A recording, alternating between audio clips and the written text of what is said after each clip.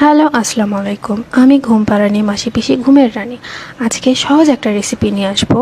আমরা যারা ডায়েটে থাকি তারা অনেকেই দুধ চা খেতে খুব পছন্দ করি, কিন্তু ডায়েটে থাকার জন্য দুধ চা খেতে পারি না। তো এর বিকল্প হিসেবে আমরা খেজুর দিয়ে দুধ চা বানাতে পারি। আর খেজুর দিয়ে দুধ চা বানালে টেস্টের কোনো একটা তফাৎ হয় না। খেজুর কিন্তু আমাদের শরীরের অনেক উপকারী।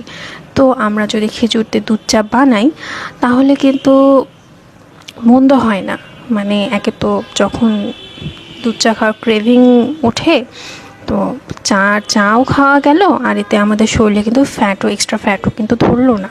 মানে ডায়েটের জন্য কোনো ক্ষতি হবে না বললেই চলে। আমি যদিও নিউট্রিশন না, কিন্তু যখন দেখতেছি যে ডায়েটে আসি, খুব দুধ চা খাইতে ইচ্ছা করতেছে, তো ঘরে যখন খেজুর কম বেশি আমাদের সবারই থাকে, তো খেজুর দিয়ে সুন্দর সিম্পল একটা দুধ চা বানিয়ে নিলাম। আর এটার টেস্ট কিন্তু অসাধারণ, একদম চিনির চায়ের থেকেও কোনো অংশে কম না।